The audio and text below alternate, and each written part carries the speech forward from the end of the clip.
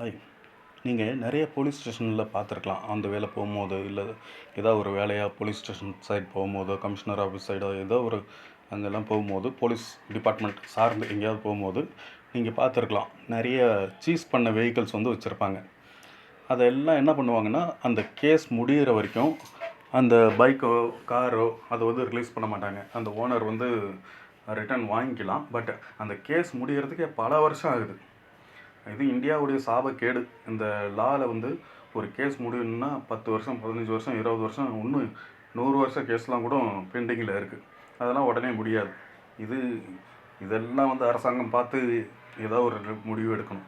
ஆனால் இப்போது நம்ம இந்த விஷயத்துக்கு வருவோம். பைக்ஸு, கார்ஸு, பஸ்ஸு, லாரி இதெல்லாம் அவங்க வந்து புது வண்டியாக இருக்கும் சீஸ் பண்ணியிருப்பாங்க. ஏதோ ஒரு ரீசன், ஒரு ஆக்சிடெண்ட்டோ ஏதோ ஒரு கடத்தல் அந்த மாதிரி ரீசனுக்காக அந்த வண்டி வந்து சீஸ் பண்ணி வச்சுருப்பாங்க.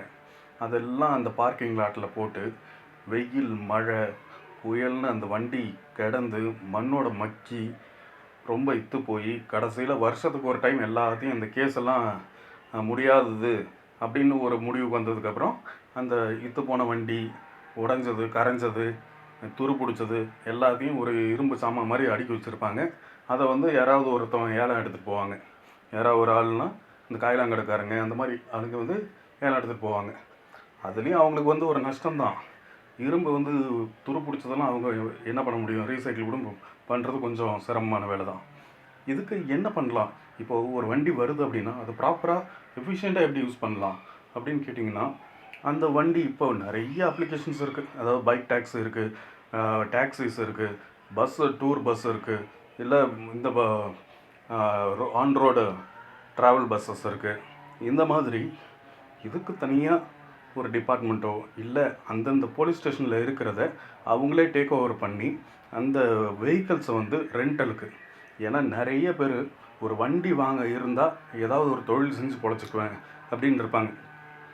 ஒரு வண்டி இருந்தால் ஒரு 4 ஜாமான் எடுத்து போட்டு ஒரு 4 தெருவு போய் சுற்றிட்டு வியாபாரம் பண்ணுவேன், இல்லை ஒரு ஸ்விக்கி ஓட்டியாவது பொழைச்சிக்குவேன், ஆனால் வண்டி வாங்குறதுக்கு என்னால் முடியல அப்படின்னு இருப்பாங்க. அவங்களுக்கு அந்த மாதிரி ஆளுங்க வந்து போலீஸ் ஸ்டேஷன் அந்த ஒரு ஒரு சட்டமாக கொண்டு வந்து அந்த வாசலில் போலீஸ் ஸ்டேஷன் ஒவ்வொரு போலீஸ் ஸ்டேஷன் வாசல்லையும் இந்த வண்டிஸ்லாம் வந்து இந்த வண்டியெல்லாம் வந்து அவைலபிளாக இருக்குது, இதை வந்து நீங்கள் ரெண்டலுக்கு எடுத்துக்கலாம்.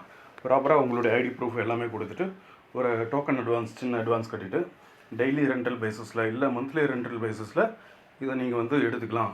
இந்த கேஸ் முடிஞ்சு அந்த ஓனர் வந்து வண்டியோடைய ஓனர் இந்த வண்டியை ரிட்டர்ன் கேட்கும்போது நீங்கள் அதை ஒப்படைச்சிருங்க, நாங்கள் உங்களுக்கு வேறு வண்டியை ஆஃபர் பண்ணுவோம், தருவோம், நீங்கள் அதை ஓட்டி உங்களுடைய டெய்லி ஒர்க் நீங்கள் பார்க்கலாம் அப்படின்னு ஒரு ஸ்கீம் கொண்டு வரலாம். அது மூலயமா அந்த போலீஸ் ஸ்டேஷனுக்கோ இல்லை டோட்டலாக வர அந்த வருமானத்தில் எல்லா போலீஸ் ஸ்டேஷனும் ஷேர் பண்ணிக்கலாம். அந்த வருமானத்தை வந்து ஷேர் பண்ணி ஸ்டேஷன் யூஸ்க்கு அந்த அமௌண்ட்டை வந்து யூஸ் பண்ணிக்கலாம். இப்படி வழி நிறையா இருக்குது.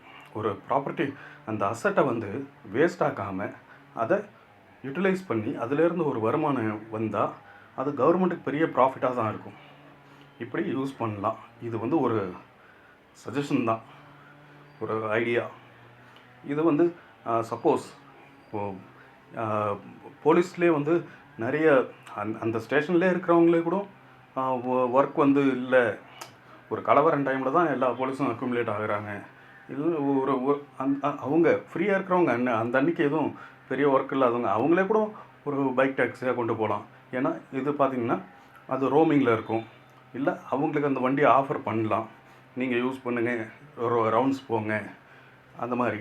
அப்போ இப்போ பீப்புள் டிரான்ஸ்போர்ட் போகும்போது போலீஸ் போகிறாங்க வராங்க, பக்கத்தில் இருக்காங்க, அந்த க்ரைம் ரேட்டும் கூட கம்மியாகும். ஏதோ ஒரு ரோட்டில் போகிறாங்க வராங்க, எனி டைம் போலீஸ் வந்து வெளியில் ரவுண்ட்ஸ் அடிச்சிட்ருக்காங்க அப்படிங்கும்போது க்ரைம் ரேட்டு கம்மியாகிறதுக்கான வாய்ப்புகளும் அதிகமாக இருக்குது. ஸோ இதெல்லாம் வந்து ஒரு சஜஷன் தான். ஓகே, அநேகமாக இந்த கருத்து சரியானதாக இருக்கும்னு நினைக்கிறேன்.